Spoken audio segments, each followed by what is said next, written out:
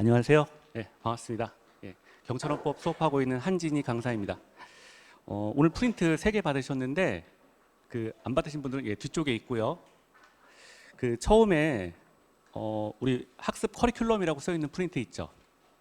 예, 그거 먼저 보고 우리 커리큘럼 수업 먼저 하고요. 그리고 이제 OT 또 잠깐 살펴보고 그리고 이제 본 수업 이제 하도록 하겠습니다. 자, 거기 맨 위에 보시면 뭐 선생님 인사말 이렇게 나와 있는데요. 예. 제가 여러분들하고 이제 경찰 헌법 같이 이제 공부하게 되는 한진희 강사고요. 일단 뭐 수업 열심히 하겠다 뭐 이런 얘기 맨 앞에 나와 있습니다. 그래서 뭐 제 경력이랑 뭐 이력 뭐 이런 거 조금 나와 있죠. 이렇게 나와 있고요. 자, 밑에 보시면 일단 강의 계획 및 목적 이렇게 있는데 우리가 이제 경찰 시험 보고 있는 거니까 이제 그 경찰 시험 준비하는 과정이기 때문에 헌법 과목에 있어서는 이제 만점을 목표로 합니다. 그래서 우리 헌법 다 맞는 걸 목표로 해가지고 이제 공부를 합니다. 자, 그리고 뭐 당연한 거지만 그래서 밑에 이제 뭐 수업 방법 및 학생들에게 할 말 이렇게 있는데요. 우리 이제 기본적으로 우리가 이제 교과 과정을 보면 크게 두 가지의 파트예요. 우리가 배우는 헌법은 헌법 총론 파트가 있고 그리고 이제 기본권론이라고 해가지고 기본권론 파트 이렇게 두 가지로 나누는데 우리 수업은 이제 기본권부터 시작을 합니다. 기본권부터 수업을 해요. 그래서 기본권부터 수업해서 이제 헌법 총론으로 이렇게 마무리가 되는데 총 우리 8주죠. 8주 과정에서 이제 다 마무리하는 걸로 그렇게 합니다. 맨 밑에 한번 보세요. 그러면 주차별 강의 계획 해가지고 이렇게 나와 있죠. 거기 약간 이제 조금 고쳐서 볼 부분이 있는데 헌법 총론에서 이제 4문제가 나와요. 4문제가 나오고 그리고 이제 기본권론에서 16문제 나옵니다. 우리 경찰헌법이. 그래서 총론에서 4문제 나오고 기본권론에서 16문제 나와서 우리 수업을 이제 가장 많이 출제가 되는 기본권부터 시작을 해요. 그래서 기본권부터 이제 공부를 하게 되고요. 밑에는 이제 이런 진도에 맞춰서 하겠다라고 하는 거죠. 진도 이렇게 보시고. 예. 그리고 밑에 다음 페이지 넘어가시면 뭐 강의의 주안점 뭐 이런 것들이 있는데요. 이거는 그냥 시간 관계상 생략하겠습니다. 읽어보세요. 뭐 제가 수업 어떻게 하겠다 뭐 이런 거니까 이 정도 그냥 보시고요. 그 다음에 OT 또 볼게요. 두 번째 프린트 경찰헌법 OT라고 써 있는 거 하나 있죠. OT 해가지고 OT 자료 한번 보시면은요. 자, 이제 우리가 이제 헌법 어떻게 공부할 건지 그거에 대해서 좀 구체적으로 좀 볼게요. 일단 경찰헌법의 출제 범위가 여러분 보는 우리 시험 문제가 총 20문제예요. 헌법은 총 20문제입니다. 그래서 맨 위에 보면 경찰헌법 출제 범위에서 20문제. 여러분들이 보는 뭐 형사법, 경찰학 이런 것들은 40문제잖아요. 근데 우리가 만나는 경찰헌법은 20문제예요. 그래서 20문제 중심으로 이렇게 우리가 이제 문제를 공부하게 되고요. 자, 근데 이제 기본적으로 헌법은 원래 이제 헌법이라고 하는 과목 자체는 크게 보면 4가지 파트예요. 4가지 파트에서 원래 헌법 총론이 있고요. 그다음에 기본권론이 있고 그리고 통치 구조라고 하는 것 하나 있고 헌법 재판소론 해가지고 헌법을 원래 우리 뭐 7급 과목이다라고 한다면 크게 원래는 4가지 파트를 다 공부하게 돼 있어요. 그런데 그 가운데서 경찰헌법의 출제 범위는요 기본권론까지예요. 총론하고 기본권론까지. 그러니까 원래 헌법의 딱 절반까지인 거죠. 원래 헌법의 절반까지를 여러분들이 이제 수험적으로 만나야 되는 거예요. 이제 그만큼만 공부하면 된다라고 하는 것이고요. 그런데 우리가 앞에서 봤었던 것처럼 이제 출제 범위 총론에서 20% 나오니까 4문제 그리고 기본권 우리가 뭐 기본권이 아직 뭔지는 모르지만 이제 기본권론에서 이제 16문제 나온다라고 하는 겁니다. 밑에 이제 반가로 이번에 출제 방향이라고 하는 게 있죠. 우리가 만나는 문제가 20문제인데 이 20문제 가운데서 적게는 18개 그리고 많게는 19개의 문제가 헌법재판소 판례로 나와요. 판례. 그래서 우리가 이제 뭐 당연한 이야기지만 19문제까지가 이제 판례로 나오기 때문에 나머지 한 문제는 이제 법령이에요. 여기서 법령이라고 하는 거는요. 법률하고 명령을 합친 말인데 헌법 조문하고요. 그다음에 밑에 나오는 뭐 아주 부속 법률이라고 해가지고 뭐 국가인권위원회법, 뭐 국적법 뭐 이런 것들이 있어요. 그래서 이거 합쳐가지고 한 문제가 나와요. 그래서 법령에서 많이 나오면 2문제. 그리고 판례는 보통 이제 18개, 19개가 출제가 된다라고 하는 거예요. 그러면 이렇게도 우리 계산해 볼 수 있어요. 판례만 다 맞추면 합격합니까? 그래도 돼요. 그렇게 공부하셔도 돼요. 그래서 어쨌든 우리는 이제 뭐 우리가 학문을 공부하는 건 아니고요. 합격하기 위해서 공부하는 거니까 철저하게 합격 중심으로 이렇게 거기에 초점 맞춰가지고 공부하시면 됩니다. 자, 그래서 밑에 뭐 반가로 3번에 정리 있죠. 출제 범위 보시면 헌법 총론에서 20문제 나오고 기본권론에서 이제 80% 해가지고 16문제, 그리고 판례가 적으면 18개, 그리고 많으면 19문제로 출제가 되고 나머지 한두 문제가 이제 법령 나올 수 있다라고 하는 건데, 헌법 조문하고요. 자, 그리고 이제 그 나머지 뭐 법률 부분, 뭐 국적법, 아까 말했던 뭐 국가인권위원회법 이런 거 해가지고 합쳐서 이제 한 두 문제 정도 나올 수 있다. 많이 나오면. 그래서 판례에다가 이제 공부 초점을 맞추시면 되는 거죠. 자, 2번 보시면요. 경찰헌법의 공부 방법 이렇게 나왔죠. 그래서 이제 가장 중요한 건 판례 공부입니다. 뭐 당연한 거죠. 그래서 그 작년에 이제 합격하고 학생들이 이제 뭐 그 우리 올해도 마찬가지고요. 그러니까 올해 3월 달에 있었고 얼마 전에 이제 8월 달에 이제 시험 있었잖아요. 자, 그래서 이제 3월 달 같은 경우는 합격하고 학생들이 이제 찾아왔어요. 찾아오고 지금 이제 뭐 경찰학교 이제 들어갔죠. 벌써 3월 달에 붙은 학생들은. 자, 근데 이제 찾아왔는데 제가 물어봐요. 오면은 헌법은 몇 개 틀렸냐 이렇게 물어봐요. 항상 물어봐요. 그러면 보통 보면 합격생 평균이 제가 생각할 때는 한 3문제 정도 틀리는 거예요. 마이너스 3개. 그럼 4개 틀리면 합격 못 하나요? 아니에요. 4개 틀려도 합격하고요. 5개 틀려도 합격했어요. 최종 합격생이 그렇다는 얘기예요. 제가 생각할 때는 3개 정도 틀리면 합격자 평균 넘어가요. 3개 정도 틀리면 헌법에서 20문제 가운데서 3개 정도 틀려도 합격하고 남는다라고 하는 거예요. 합격하고 남는다. 난이도가 뭐가 됐든 어떻든지 간에 일단 3개 정도만 틀리면 우리가 합격하는데 전혀 지장 없다. 충분히 남는다라고 하는 거예요. 보통 보면 합격자들 찾아와서 인사할 때 헌법 3개 정도 틀린 학생들 보면 합격자 그룹에서 보통 5% 상위 5% 안에 들어요. 그러니까 굉장히 잘한 거죠. 그래서 우리도 사실은 다 맞추면 너무 좋겠지만 물론 다 맞고 합격하는 학생도 있긴 있어요. 자, 그런데 우리 이제 현실적으로 공부를 할 때 뭐 사실 한두 개 정도 틀려도 합격하는데 전혀 지장 없다라고 하는 것이고요.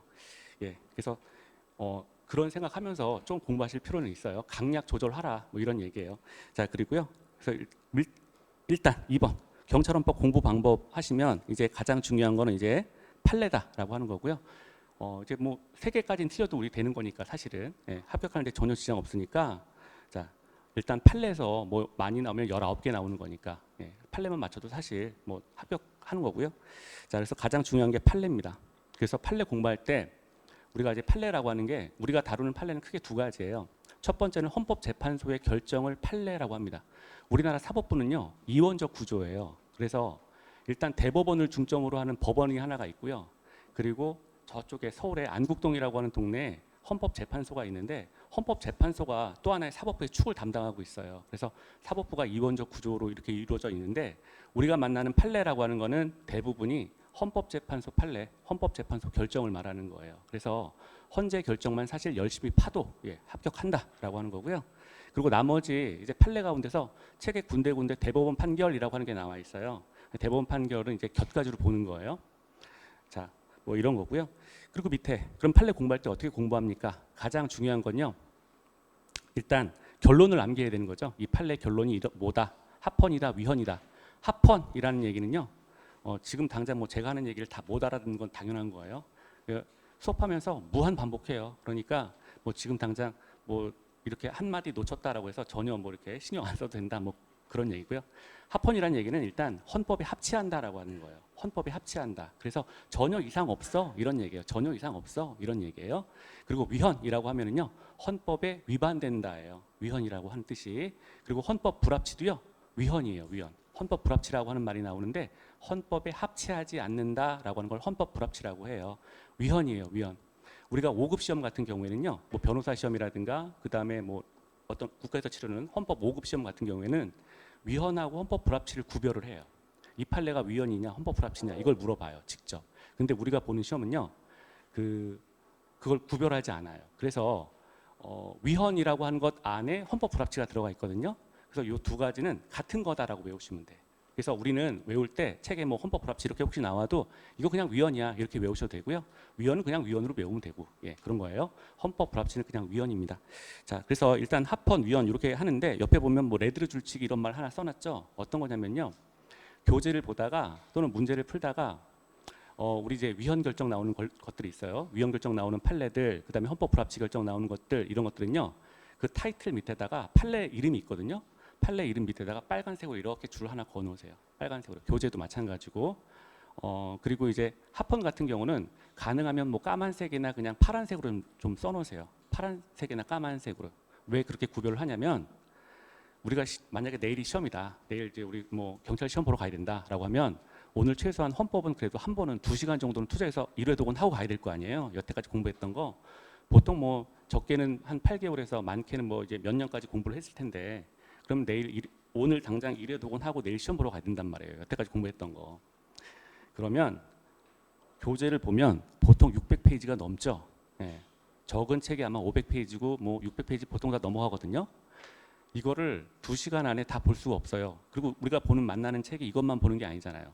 책상에 보면 전범위 모의고사 이만큼, 진도별 모의고사 이만큼, OX 문제집 이만큼 아마 다 그럴 거예요. 그리고 다른 학원 문제집들 네, 다 아마 그 관심 있는 학생들은 다 봤을 거고 뭐 그렇단 말이에요. 그래서 헌법만 보는 것도 아니고 경찰학도 해야 되고 형사법도 해야 되는데 그럼 하루 가지고 사실 모자르잖아요. 근데 어쨌든 우리는 2시간 안에 그거 봐야 돼요. 2시간 안에 1년 동안 공부했던 거 싹 보고 내일 이제 시험장에 가야 된다라고 하는 거예요. 그러려면 최소한 헌법 교과서는요 30분 안쪽으로 한번 볼 수 있어야 돼요. 그래야 나머지 거 모의고사도 좀 볼 거 아니에요. 틀린 문제 확인할 거 아니에요. 근데 그러면 책에 있는 걸 다 보느냐? 그게 아니거든요. 일단 이론은 안 나와. 우리 경찰 시험에서 이론은 안 나와요. 이론 제끼고. 그러면 뭘 봐야 됩니까? 라고 하면요. 그러니까 이론이라고 하는 게 학설을 말하는 건데 학설 이런 거 다 빼고요. 위헌 판례하고 헌법 불합치 판례만 보는 거예요. 위헌하고 헌법 불합치 판례만. 책 넘기다 보면 빨간색 표시된 거 위헌 헌법 불합치 빨간색 표시를 했으면 그것만 보는 거예요. 그것만. 그러면 30분이면 천천히 넘기면서 봐도 30분이면 다 봐요. 30분이면. 보면서 한번 리마인드 하는 거예요. 아, 전에 이 결론이 이랬었지. 왜 위헌 나왔었지. 이런 거 한번 인식하는 거예요. 그거 보고 그다음에 나머지 뭐 여태까지 공부했던 거 틀렸던 문제들만 확인하는 거. 맞춘 문제는 볼 필요가 없어요. 그냥 틀렸던 것만 확인하면 되는 거예요. 네, 그래서 어쨌든 2시간 안에 이제 그렇게 해서 마무리를 하고 내일 시험 보러 가라. 뭐 그런 얘기고요. 그거 하려면 일단 그 책에다가 좀 표시를 좀 해놔야 돼요. 빨간색으로. 네, 그래서 공부하다 보면 그런 거 있죠. 나 상남자이기 때문에 그런 거 필요 없어. 뭐 그렇게 해도 돼요. 그냥 본인이 하고 싶은 대로 하는 거야. 예. 우리 그 기본권 가운데 일반적 행동의 자유가 있어요.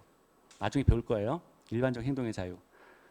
내가 하고 싶은 대로 하겠다라고 하는 게 소위 말해서 일반적 행동의 자유라고 하는 기본권인데요. 이 권리들 여러분 다 가지고 있어요. 몰랐겠지만 예, 다 가지고 있어요. 자기가 하고 싶은 대로 해도 돼요. 근데 우리가 이제 그래도 저는 하나 그냥 추천하는 거예요. 권고하는 거죠. 그래서 이렇게 하면 좀 편하다라고 하는 거예요. 그래서 될 수 있으면 예, 본인 방법도 이제 다 좋아요. 다 좋은데 합격하는 데 있어서 100이면 그러니까 방법은 너무 많아. 합격하는 데 있어서 방법은 너무 많은 거고요. 그걸 일일이 뭐 다 터치할 수도 없어요. 그런데 일단 확실한 건 뭐냐면 시험 전날 우리가 위헌 판례 헌법 불합치는 확인하고 가야 돼요. 그리고 최신 판례까지 또 보고 가는 거예요. 뭐 그런 것들은 나중에 강사인 제가 다 이렇게 할 부분이고요. 어쨌든 여러분들이 이제 공부할 때 좀 이거 좀 하셨으면 좋겠다. 예, 그런 얘기입니다. 자, 그리고요 밑에 판례를 보면요. 그래서 결말 암기 중요하고 밑에 또 판례 중간 과정을 남겨야 되는 것들이 가끔 나와요. 그래서 보통의 판례들은 이거 위헌이야 합헌이야 이렇게 외우면 되는 거고요. 그리고 이제 어떤 판례들은 이제 그 판례들 가운데서 판례 중간 과정, 헌법재판소가 무엇 때문에 이렇게 결정을 했어라고 하는 중간 과정을 이제 외우는 것들이 좀 필요를 해요. 이제 그런 것들은 제가 수업하면서 중간중간 설명을 할 거예요. 그래서 이거 좀 외워라라고 하면 그거 좀 외우시고 예, 그러면 됩니다. 자, 그래서 모든 판례를 다 외우는 건 아니고 과정을 암기하는 건 아니고요. 수험적으로 의미 있는 판례들이 있어요. 의미 있다라고 하는 거는요. 다른 국가직 시험에서 계속 출제되는 판례들이 있어요. 그래서 출제됐던 판례들, 기출 판례들을 말하는 건데 이런 것들은 반복 출제되는 경향이 있습니다. 그래서 이런 것들은 이제 수험적으로 의미 있기 때문에 과정까지 좀 암기할 필요가 있고요. 그리고 사회적으로 이슈화되는 사건들이 있어요. 사회적으로 어떤 문제됐던 그 사건을 다룬 판례들이 있어요. 예를 들어서 뭐 윤창호법 이런 것들이 있었죠. 그래서 윤창호법 결론적으로 이제 위헌 결정 나왔는데 음주운전에 대해서 가중처벌하는 법률 조항 위헌 결정 나왔잖아요. 네, 아시는 분들은 알죠. 그래서 어떤 사회적으로 의미 있는 판례들 이런 것들은 뭐 중간 과정이라고 해봤자 뭐 책임과 책임 원칙에 위반됐다. 뭐 그래서 위헌이다. 뭐 이런 식으로 해서 어떤 비례관계가 책임지는 부분에 있어서 비례관계가 맞지 않아서 위헌이었다. 뭐 이런 부분들. 그래서 중간 과정이라고 해봤자 그렇게 길지는 않으니까 뭐 그런 것들 설명하면 이렇게 좀 외우실 필요가 있고요. 그래서 이슈화된 판례들 우리 암기할 필요가 있다라고 하는 것이고요. 자, 그래서 뭐 아까 말했던 뭐 윤창호법 같은 경우는 책임 원칙에 반해서 일단 위헌이었다 뭐 그런 결정이 있었는데 이런 것들도 이제 우리 이제 앞으로 이제 공부하면서 계속 만나게 될 겁니다. 그래서 중간 과정 좀 외우세요라고 하면 그것 좀 외워주시고 예, 그러면 됩니다. 자, 그리고 밑에 보면은 또 이제 헌법 조문하고 부속법령 여기서는 적으면 1개, 많으면 이제 2개까지 나올 수 있다라고 하는 거죠. 그래서 여태까지는 이제 지난번 시험까지는 기출이 뭐가 출제가 됐었냐면 우리 헌법 제 128조에서 130조까지가 헌법 개정 절차예요. 헌법을 고칠 때는 대통령 또는 국회 제적 과반수 이상이 발의해서 어쩌고 해서 그 다음에 국민투표 거쳐야 한다라고 하는 거 여기서 여태까지 한 3번 나왔거든요. 근데 이제 뭐 그것 말고 올해 시험 같은 거 8월달 시험 같은 경우에는 국적법이라고 하는 법 개별 법률에서 한번 나왔단 말이에요. 그래서 이제 그런 것들이 있으니까 한두 문제 정도는 법령 문제가 출제가 될 수 있다라고 하는 거예요. 그래서 나머지 그러니까 소위 말해서 18개 이상은 판례가 출제가 되고요. 보통 보면 18개, 19개 판례 출제되고 나머지 하나는 법령에서 출제된다. 그래서 우리 출제 범위에 맞춰서 이렇게 공부하실 필요가 있습니다. 자, 밑에 이제 공부 방법이라고 써놨는데 이제 우리 그 교과서 한번 교과서가 어떻게 생겨 먹었냐면요. 모든 법 교과서는 이렇게 생겼어요.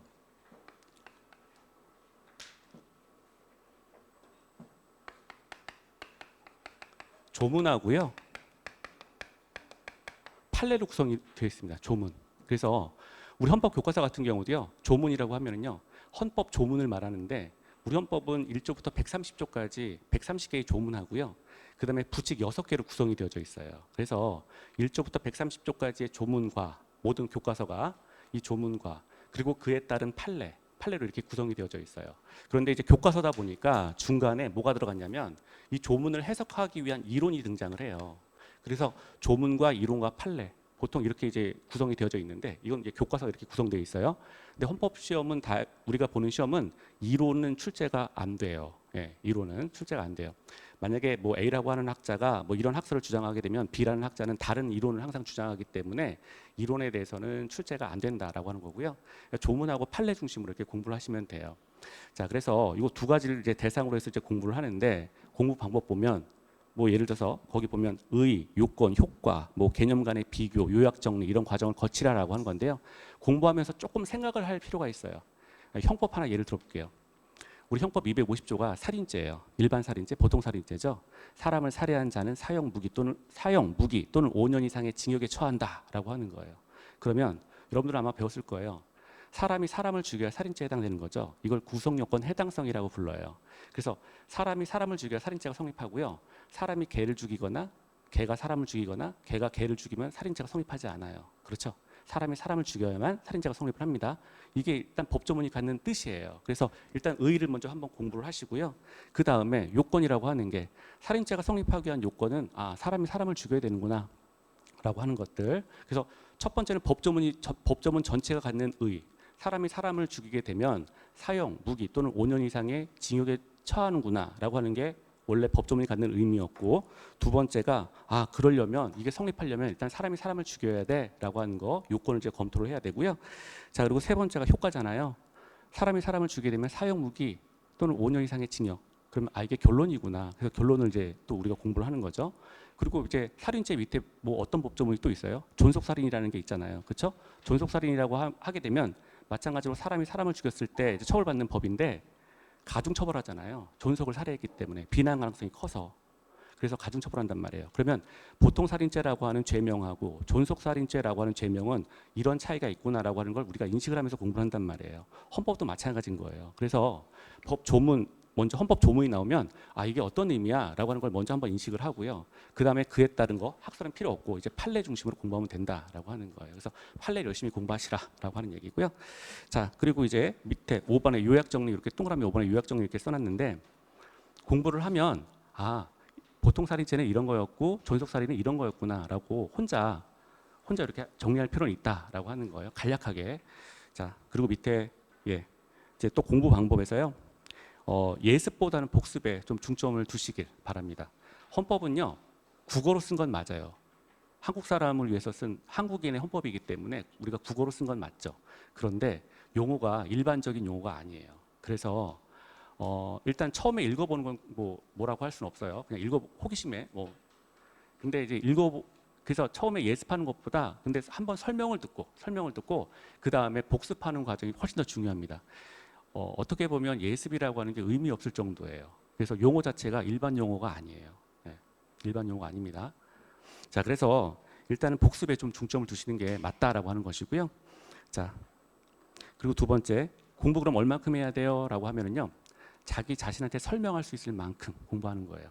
그래서 만약에 오늘 이제 헌법 수업하잖아요. 그러면 이렇게 오늘 우리 6시간 이제 수업해요. 그러면 공부한 다음에 여러분 자습할 거 아니에요. 자습하고 나서 책을 덮어요. 그 다음에 A4 용지 하나 꺼내요.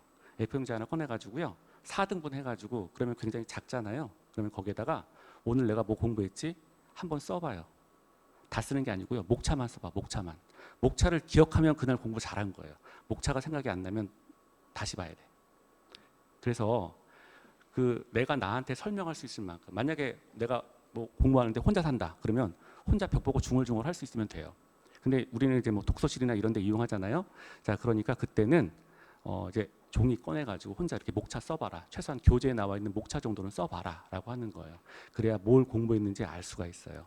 그래서 그 정도 꼭 공부하시기 바랍니다. 자, 그리고요 밑에 질문하는 거, 모르는 거 이해 안 가는 건 꼭 질문하시기 바랍니다. 그래서 보면 여기 이제 양반의 도시잖아요. 양반의 도시여가지고 학생들이 다 질문 잘 안 하는가 봐요. 그래서 뭐 그런 얘기를 얼핏 들은 적이 있어서 질문하시기 바랍니다. 질문. 그래서 뭐 이런 거 물어보면 되게 창피하지 않을까? 뭐 저 선생님이 나 이상하게 생각하지 않을까? 그런 거 전혀 없어요. 그러니까 뭐가 됐건 간에 다 질문하세요. 우리 여기 인프라가 되게 다 다양해요. 그래서 법학 전공한 사람도 있고 전공하지 않은 사람들이 훨씬 더 많고 그리고 그 공부를 얼만큼 했는지 뭐 심지어 책을 한 번도 안 보고 이렇게 경찰 시험 준비하는 학생들 여태까지 그런 학생들도 있어요. 자, 그래서 어쨌든 굉장히 다양합니다. 그래서 일단 궁금한 거는 질문하러 오세요. 그게 뭐가 됐건 간에 질문하러 오시기 바랍니다. 자, 그리고 밑에 이제 경찰헌법의 내용이라고 써 있죠. 그거 한번 볼게요. 거기 양가로 1번에 헌법 총론이고 양가로 2번에 헌법 총설이 있죠. 그거 이렇게 두 개 딱 묶으시면 여기에서 네 문제 나온다 이 얘기예요. 여기서 네 문제 나오는 거고요. 밑에 기본권론에서 16문제 출제된다라고 하는 겁니다. 첫 번째 1번하고 2번은 뭐냐면요. 1번은 뭐 헌법의 의, 해석, 제정, 개정, 변천, 수호 이렇게 나와 있는데요. 이거는 일단 전 세계적인 헌법을 말하는 거예요. 전 세계적인 헌법. 헌법의 어떤 공통사항이 되겠죠.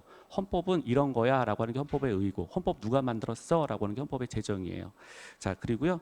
뭐 헌법은 가만히 있는데 조문은 가만히 있는데 사람들이 그 헌법을 다르게 해석하기 시작해요. 이게 이제 헌법 변천이에요. 자, 그리고요. 헌법소. 그렇게 헌법 변천되는 거 그렇게 다르게 해석하지 말고 원래 헌법대로 지키자라고 하는 것이 이른바 수호인 거예요. 그래서 헌법 그 자체, 전 세계적인 헌법 그 자체를 헌법 총론이라고 합니다. 헌법 총론. 그러니까 헌법에 관한 일반적인 내용인 거죠. 그리고 밑에 헌법 총설은요. 범위를 줄여서 우리나라의 헌법으로 한정하는 거예요.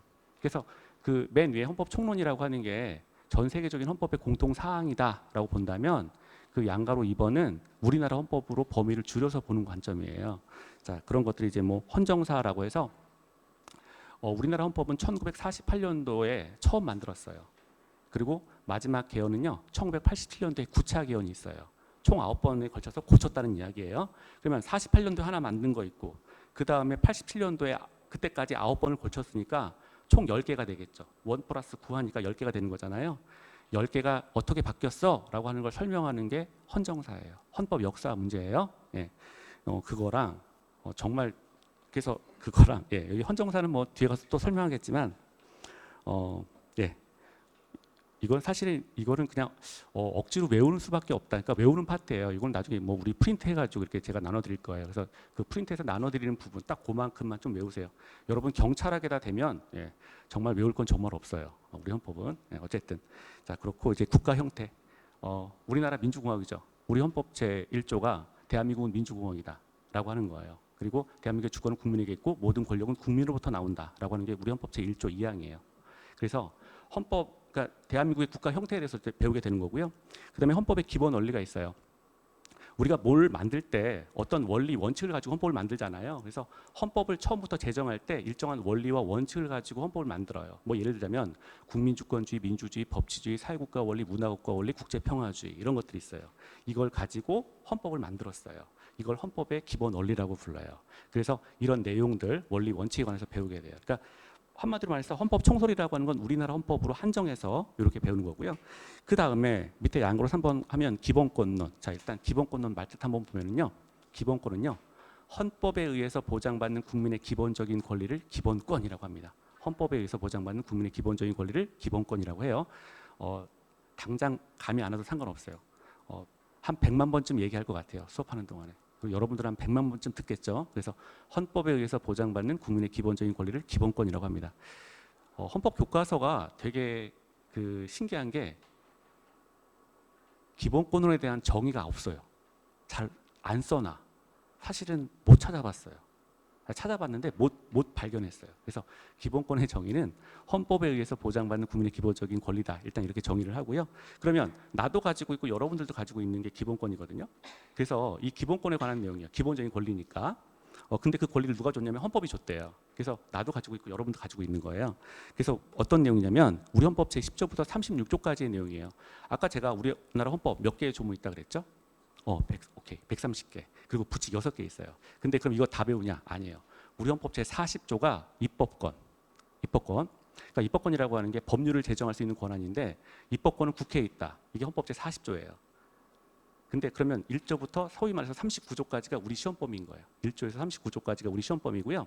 그리고 나중에 가면 저기 헌법 제119조부터 경제조항이 있는데 119조하고 127조까지 그러니까 119에서 127조 이 부분까지가 이제 뒤에 나오는 경제조항 관련인데 이 부분만 약간 더 추가가 돼요. 그래서 우리 앞에서 주로 배우는 파트는 헌법 조문으로 치면 130조까지 안 나가고 1조에서 이제 39조까지 배운다라고 하는 거예요.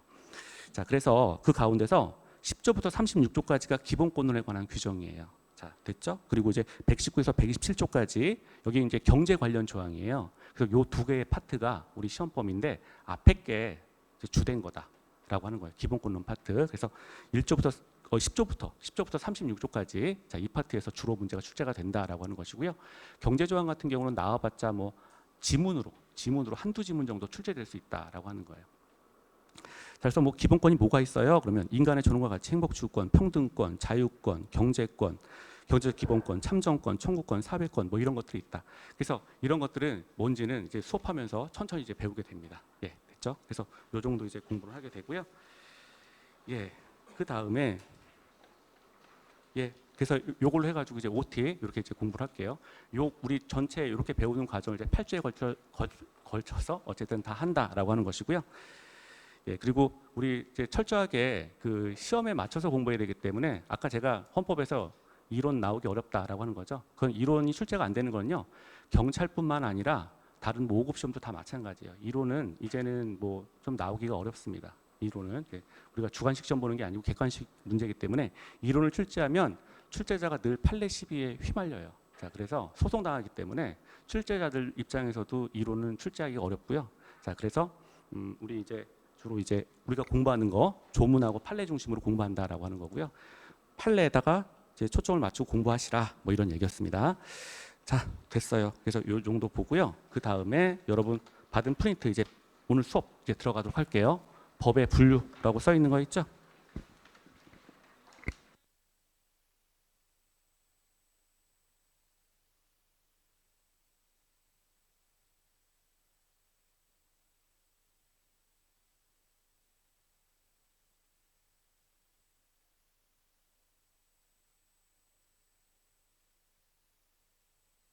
예, 법의 분류라고 써 있는 거 일단 보도록 할게요. 프린트물, 프린트물 찾았죠? 네, 거기 보면 이제 법의 분류 해가지고요. 이제 아마 기존에 공부를 좀 하셨던 분들은 아마 조금 지겨울 수도 있을 것 같은데 우리 이제 경찰헌법 처음 하시는 분들도 있고 하니까 그리고 사실 공부를 했다고 해도 잘 몰라요. 물어보면 잘 모르더라고요. 그래서 확인하고 넘어가는 거예요. 확인하고. 자, 이제 법의 분류 한번 보도록 할게요. 자, 일단 8개로 분류를 해놨어요. 8개로 분류를 했는데 이제 처음부터 보도록 하겠습니다. 그럼 일단 법이라고 하는 게 뭐냐? 법이라고 하는 게 뭐냐? 거기부터 한번 보면은요. 법이라고 하는 건요. 사회의 어떤 그 정의 실현, 질서 유지를 목적으로 하는 강제적인 규범을 법이라고 합니다. 시험엔 안 나와요. 그러니까 우리가 법이라고 하면 일단 강제력을 가진 건데 이렇게 인식을 하고 있잖아요. 그래서 그럼 그 목적이 뭐야? 사회 질서 유지 또 정의 실현이라는 거예요. 어떤 사회 질서 유지, 정의 실현을 위해서 강제력을 가진 규범, 이걸 법이라고 정의를 합니다. 그럼 또 규범은 뭐냐? 규범은요, 영어에서의 should에 해당되는 거예요. 마땅히 따라야 한다라고 하는 걸 규범이라고 합니다. 그래서 그 질서 유지라든가 또는 정의 실현을 목적으로 하는 강제적인 규범, 이것 자체를 법이라고 하고요. 강제를 갖고 있다라고 하는 특징을 가지고 있어요. 첫 번째 보는 게 이제 자연법이죠. 자연법. 자연법은 어떤 개념이냐? 자, 자연법은요, 국가 성립 이전부터 존재해 왔고요. 어떤 지역성, 어느 지역을 막론하고 그 다양한 곳에서 존재해 왔던 규범, 이런 것들을 자연법이라고 합니다. 자, 개념으로 보면은요, 역사적으로 과거에도 이건 옳아. 그리고 중간 단계, 그러니까 과거에도 이건 옳아라고 해서 사람이 지키려고 했었고요. 그리고 그 이제 중간 단계에서도 그리고 오늘날에 이르기까지 이건 옳아라고 사람들이 인식을 해가지고요, 계속 지키려고 하는 규범, 이런 것들을 자연법이라고 합니다. 자연법. 그래서 국가 성립 이전부터 존재해왔던 법, 이런 것들을 자연법이라고 해요. 자, 그리고 어디에서나 불변의 법칙으로 작용하는 법, 이런 것들도 자연법이라고 합니다. 그래서 과거부터 지금까지 계속 지켜져 왔었고, 그리고 지구 어디에서나 불변의 법칙으로 작용하는 법, 이런 것들을 자연법이라고 한다는 거예요. 그런 게 뭐가 있을까요? 대표적인 예가 인간의 존엄성이에요. 인간의 존엄성. 좀 쉽게 얘기하면 이런 거죠. 사람을 함부로 죽이지 마. 사람을 살인하지 말라라고 하는 것들은 자연법 사상이에요. 대표적인 예죠. 사람을 죽이지 않는 게 옳다라고 하는 믿음 때문에 그걸 계속 지켜왔다는 거예요. 그리고 오늘날에 또 그런 믿음은 계속 되는 거죠.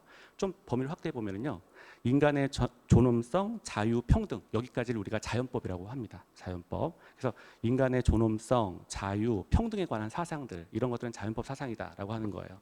자, 국가 성립 이전부터 존재해 왔었고요.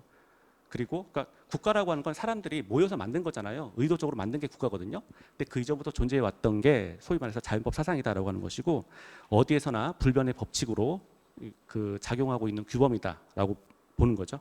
자, 그럼 밑에 실정법은 뭐냐? 실정법은요, 실제 존재에서 효력을 가지는 법을 실정법이라고 불러요. 자, 그래서 밑에 이제 실정법이 나왔는데요. 실정법은 실제 존재에서 효력을 갖고 있는 법을 실정법이라고 합니다. 근데 이 실정법의 종류가 두 가지예요. 성문법이 있고요. 또 하나는 불문법이 있어요.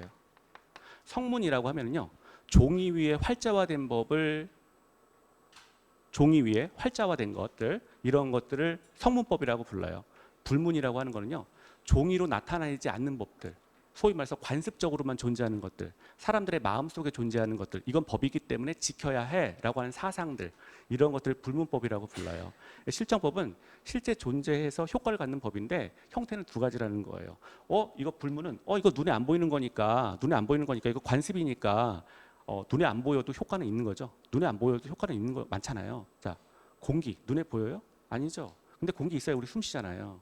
자, 그래서 눈에 안 보이지만 존재하는 법, 이런 것들을 불문법이라고 합니다. 나중에 배울 텐데요, 우리 불문법이라고 하면은요, 관습의 형태로 존재하거나 또는 법률의 형태로 존재한다, 여기까지 확장해서 배울 거예요.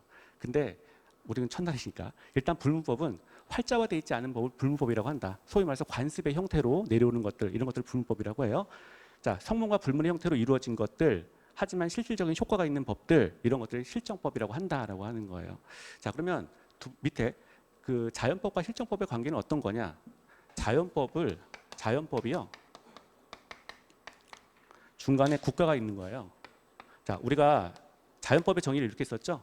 국가 성립 이전부터 존재해왔던 법, 인간의 옳고 그름에 관한 사상들, 사람을 함부로 죽이지 마라고 하는 사상들, 인간의 존엄성, 자유, 평등, 이런 것들인데요. 이 자연법이 국가에 의해서 구체화된 법들을 실정법이라고 불러요. 그래서 자연법이 구체화된 것들, 국가에 의해서 구체화된 법들을 실정법이라고 하고요.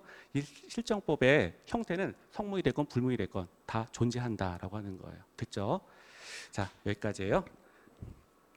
됐어요. 그 다음에 그 밑에 국내법하고 국제법 볼게요.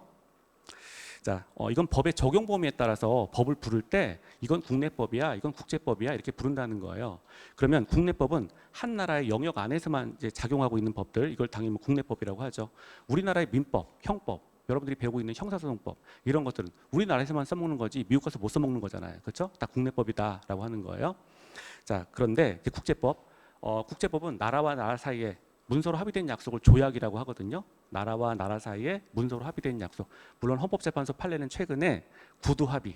저기 섬나라 저기 원숭이 애들 있잖아요. 일본 애들.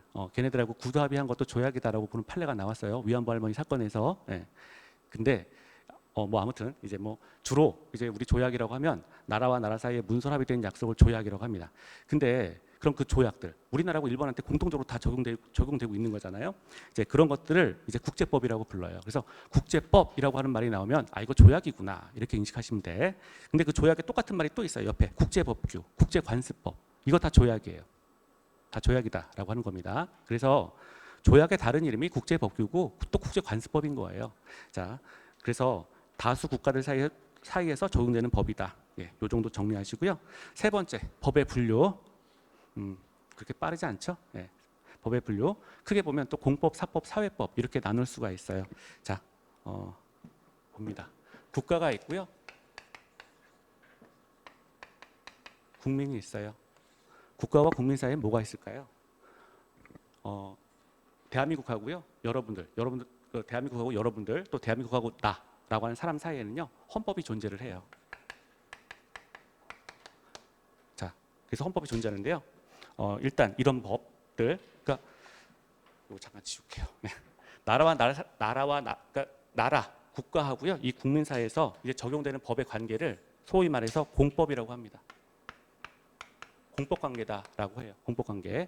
나라와 국민 사이에 적용되는 법의 관계, 자 이런 것들 이제 공법이라고 하고요. 이 공법의 대표적인 예가 뭐가 있습니까?라고 하면요, 헌법하고요, 그리고 행정법이 있어요. 근데 나라와 국가와 국민 사이에서 적용되는 법의 관계를 공법이라고 합니다. 그래서 국가하고 국민 사이에 대한민국하고 나 사이에서는 사실은 헌법이 존재하는 거죠. 그래서 우리 앞에서 이제 기본권이라고 하는 말을 배웠는데 기본권의 정의 혹시 기억나요? 헌법에 의해서 보장받는 국민의 기본적인 권리, 이걸 기본권이라고 했었죠. 그래서 국가하고 국민 사이에서는 공법 관계로서 이제 헌법이 존재하는데 이 헌법에 의해서 부여받은 권리, 국민이 갖고 있는 권리가 소위 말해서 기본권이다라고 한다는 거예요. 여기까지 이해되죠? 네. 기본권에 관한 설명 잠깐 했고요. 이제 국가와 국민 사이에서 적용되는 법의 관계를 공법 관계라고 합니다. 근데 공법 관계가 갖는 특징이 있죠. 뭐가 있을까요? 여러분들 군대 갈 때 어떻게 했어요? 병무청에서 영장 보내잖아요. 다 보내죠. 그렇죠. 그래서 이렇게 뭐 너 군대 와라 이렇게 보낸단 말이에요. 그리고 세금 낼 때 어떻게 해요? 여러분 아직 세금 안 내겠지만 나중에 이제 뭐 경찰 공무원 되고 나중에 하면 뭐 직장 다 갖게 되면 세금 내요. 그러면 너 군대 가, 너 세금 내 이런 것들이 소위 말해서 공법 관계예요. 명령하고 강제하는 관계죠. 국가가 일방적인 명령에 의해서 사람을 움직이게 하잖아요. 그래서 공법 관계라고 하면은요, 소위 말해서 어떤 특징을 가지고 있냐? 명령하고 그리고 강제하는 특징을 갖는 법의 관계를요, 공법 관계라고 합니다. 공법 관계. 그래서 국가가 국민을 대상으로 해서 너 세금 내, 너 군대 가라고 하는 관계, 이런 관계를 공법 관계라고 하고요. 대표적인 예가 헌법, 행정법이 있다라고 하는 거예요. 그렇죠? 이건 개인의 사정을 봐주는 게 아니죠. 국가가 일방적으로 너 세금 내, 너 군대 가 이렇게 한단 말이에요. 안 해? 안 하면 처벌 이렇게 나간다는 거죠. 자, 그리고요 또 하나, 이 국민 A인데 국민 A하고요 또 다른 국민 B가 있어요. 이 국민 A와 국민 B 사이에서 적용되는 법의 관계, 이 법의 관계를요 사법 관계라고 합니다. 사법 관계라고 불러요. 사법. 개인 사자예요. 그래가지고 개인들 사이에 적용되는 법이다라고 하는 걸 사법이라고 합니다. 사법. 그래서 공법 관계, 사법 관계. 크게 예전에는 이 법이 19세기 이전까지는요, 이 법의 관계가 이렇게 두 가지밖에 없었어요. 공법, 사법 이렇게 두 가지가 있었는데 사법은 개인들 사이에서 적용되는 법의 관계를 사법이라고 불러요. 이 사법의 대표적인 예는 뭐가 있느냐? 민법이 있고요. 그리고 상법이라고 하는 게 하나가 있어요. 여기 민자는요, 백성 민자예요. 그래서 일반 백성들 사이에서 적용되는 법의 관계를 민법이라고 합니다. 그리고 상법은요, 상인들 사이에, 백성들 가운데는 상인들도 있을 거 아니에요. 그렇죠? 노량진 수산시장에서 장사하는 사람들도 분명 있단 말이에요. 그럼 그 상인들 사이에서 이제 어떤 분쟁이 생겼을 때 그 분쟁을 해결하는 법을 상법이라고 한다는 거예요. 그래서 어쨌든 일반 사인들 사이를 규율하는 법, 이걸 우리가 사법관계라고 합니다. 그래서 19세기에는요. 공법하고 사법관계 이렇게 이원적 구조, 딱 법은 두 개가지밖에 없구나라고 생각을 했어요. 그런데 어느 날 여기 이제 사회법이라고 하는 것이 하나가 더 출발을 해요. 하나 볼게요. 예를 들어서 여기 국민 A가요. 우리가 다 알고 있는 S전자라고 한번 해볼게요. S전자. 그리고 이쪽은 국민 B는요. 이제 일거리를 찾고 있는 이제 노동자예요. 노동자예요. 여기 S전자라고 하면 안 되겠다. 자, 그냥 무슨 거대 기업이라고 할게요. 그 아무튼 거대 기업이에요. 네. 국민 A가 거대 기업이에요. 그리고 여기 이제 국민 B가 이제 노동자인데 일자리가 필요하니까 자, 이력서를 냈어요. 그랬더니 거대 기업에서 연락이 와서 이제 면접을 보는데 이런 얘기를 하는 거예요. 거대 기업에서 한마디로 말도 안 되는 얘기를 한다는 거죠.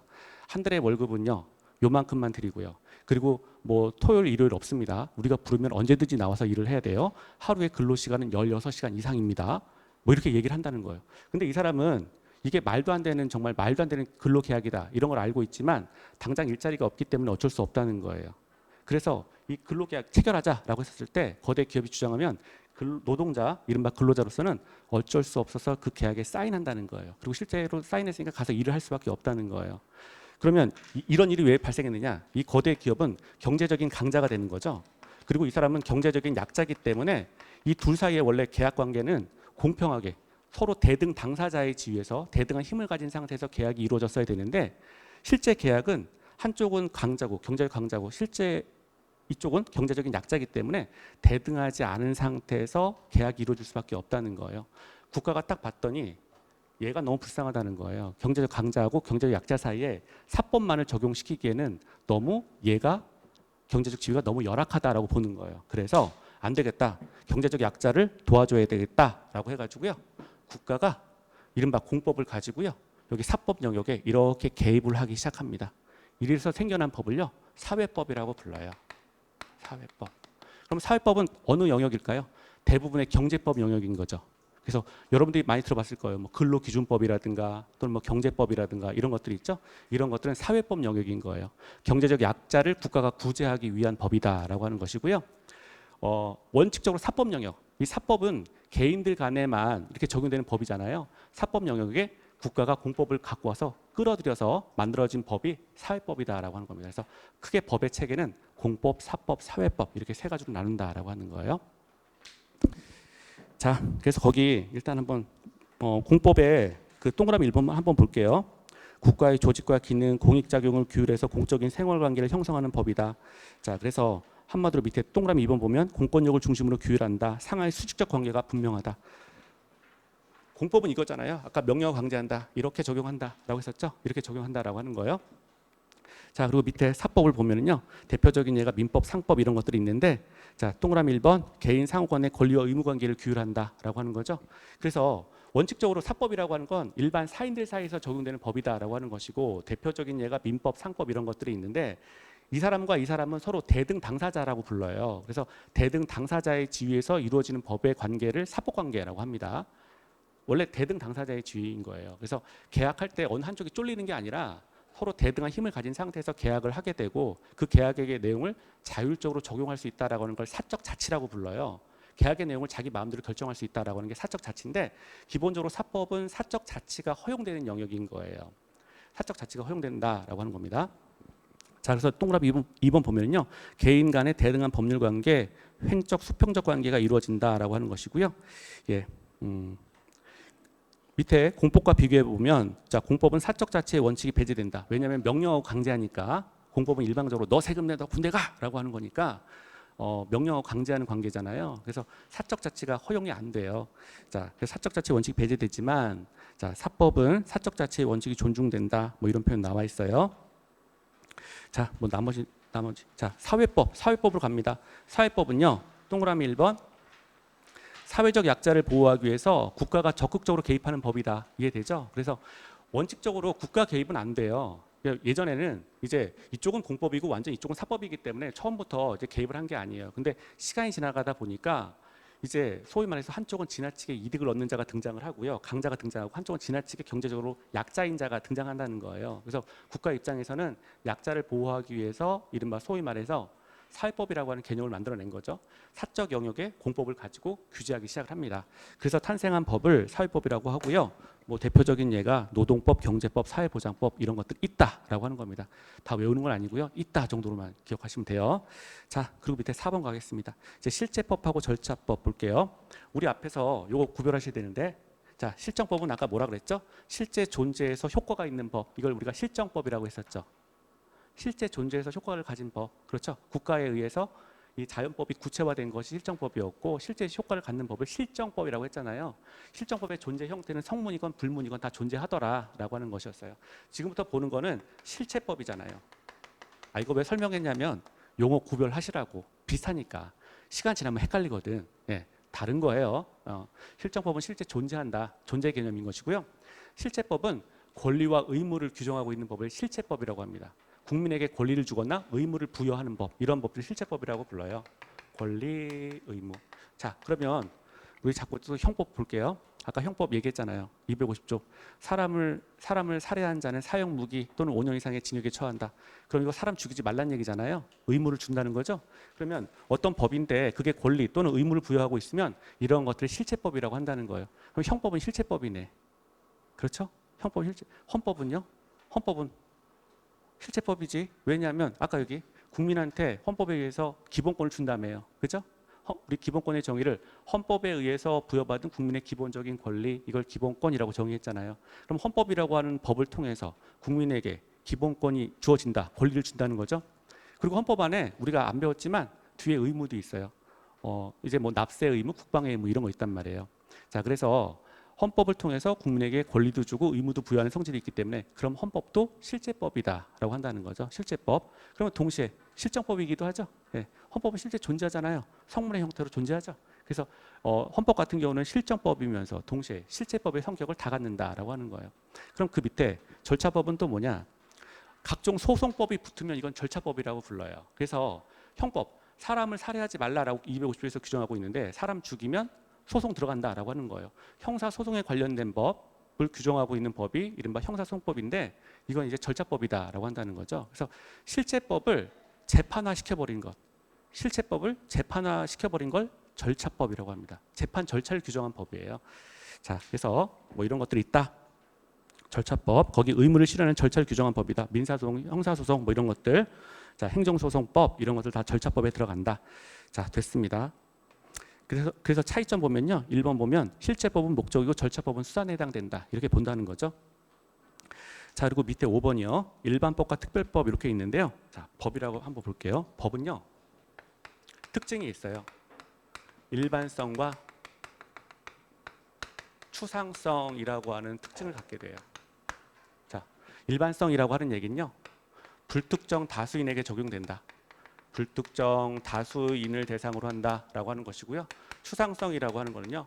불특정 다수의 사건을 대상으로 한다라고 하는 거예요. 그래서 이게 기본적으로 법이 갖는 특징이에요. 한번 예를 들어 볼게요. 잔디밭에 들어가지 마세요라고 했어요. 잔디밭에 들어가지 마세요라고 하는 규범이 있어. 근데 이게 법이에요. 잔디밭에 들어가면 뭐 예를 들어서 뭐 벌금 뭐 10만 원 이렇게 있다는 거죠. 그러면 잔디밭에 들어가지 마세요라고 했을 때 누구나 들어가지 말라라고 하는 거잖아요. 그렇죠?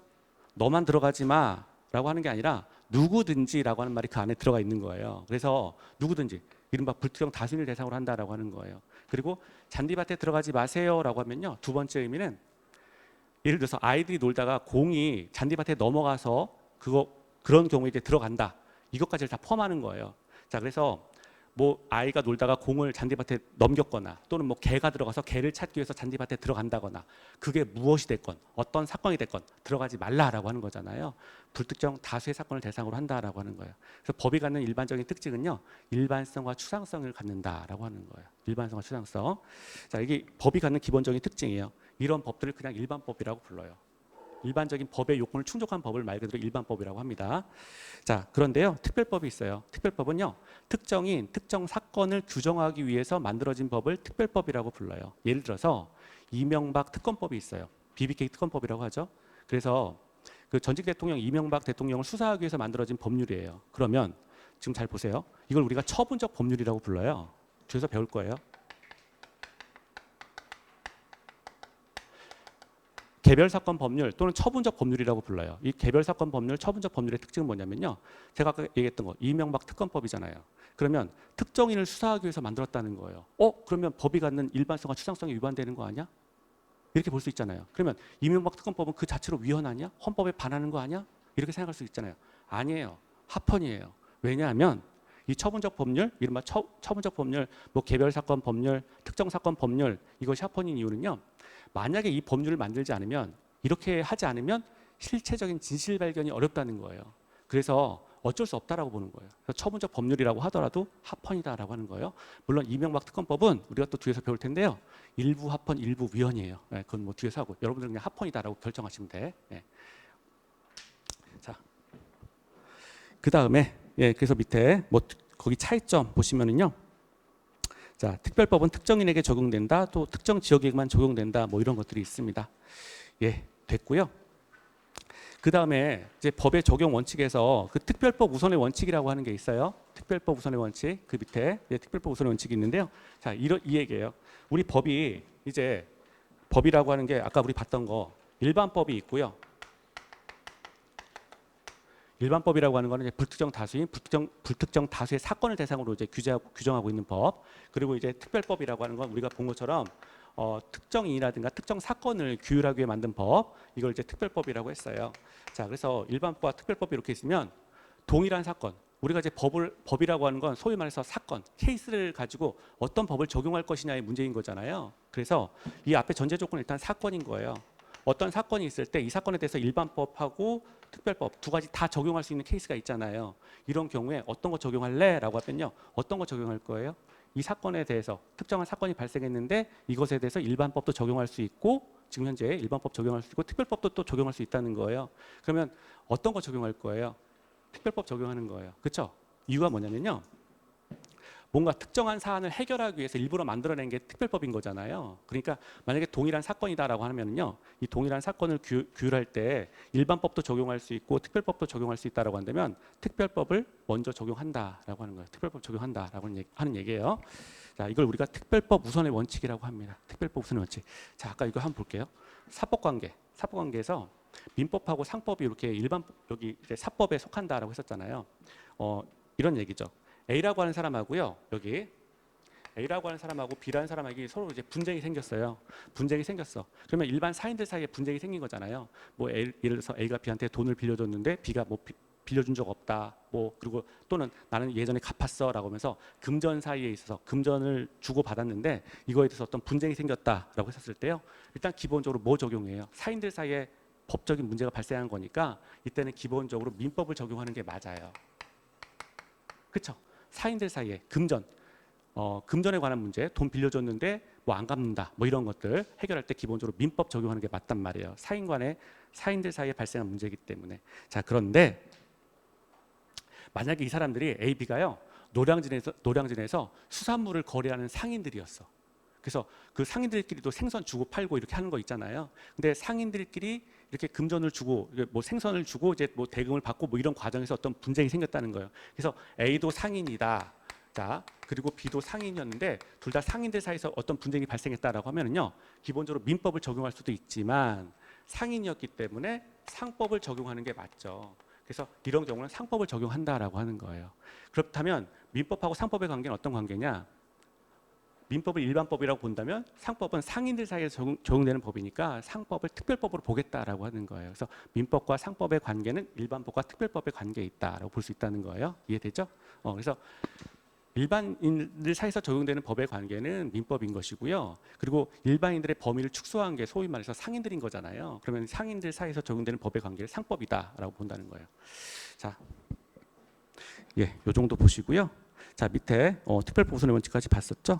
6번은 그냥 넘어가시고 7번 강행법하고 이문법 한번 보도록 할게요. 강행법 이렇게 나왔는데요. 동그라미 1번에 보면 당사자의 의사로 배제할 수 없고 강제되는 법을 말한다. 뭐 이런 표현 나와 있어요. 자, 이 강행법은 어떤 거냐면요. 다른 말로는 강행규정 또는 강행규범 이렇게도 불러요. 어떤 한 사회를 유지하기 위해서 반드시 지켜져야만 하는 법, 이런 법들을 강행법이라고 합니다. 강행법규라고 불러요. 한 사회를 유지하기 위해서 반드시 지켜져야 하는 법. 자, 그래서 이 강행법규에 위반되면 다 무효로 보는 거예요. 예를 들어서 이런 것들입니다. 장기 매매 계약 이런 것들 유효한가요? 유효하지 않죠.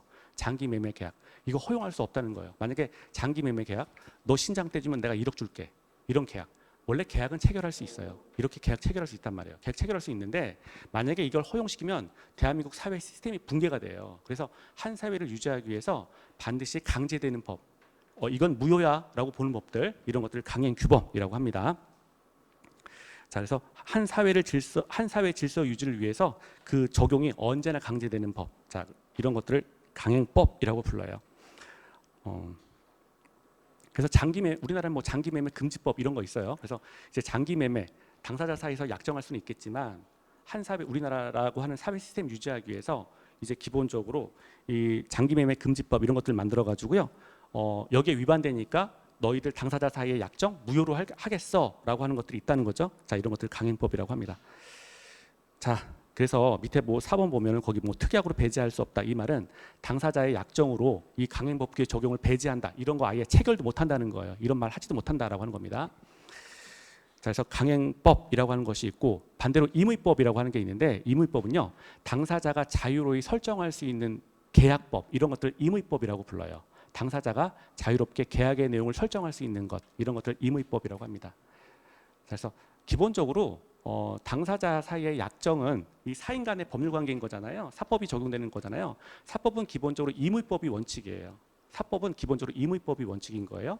그래서 당사자가 약정을 다 자유롭게 할 수 있는 게 원칙이에요. 다만 이때 강행법규에 어긋나면 당사자 사이의 약정은 무효가 돼요. 그래서 강행법규에 위반되는 어떤 계약이라든가 이런 것들은 이제 무효가 된다라고 하는 게 법적 효과예요. 강행법규에 위반되는 내용은 다 무효가 됩니다. 장기 매매 계약은 무효다라고 하는 거예요.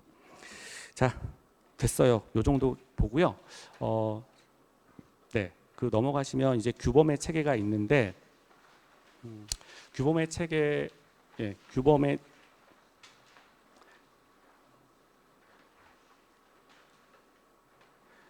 규범의 체계 좀 보도록 할까요?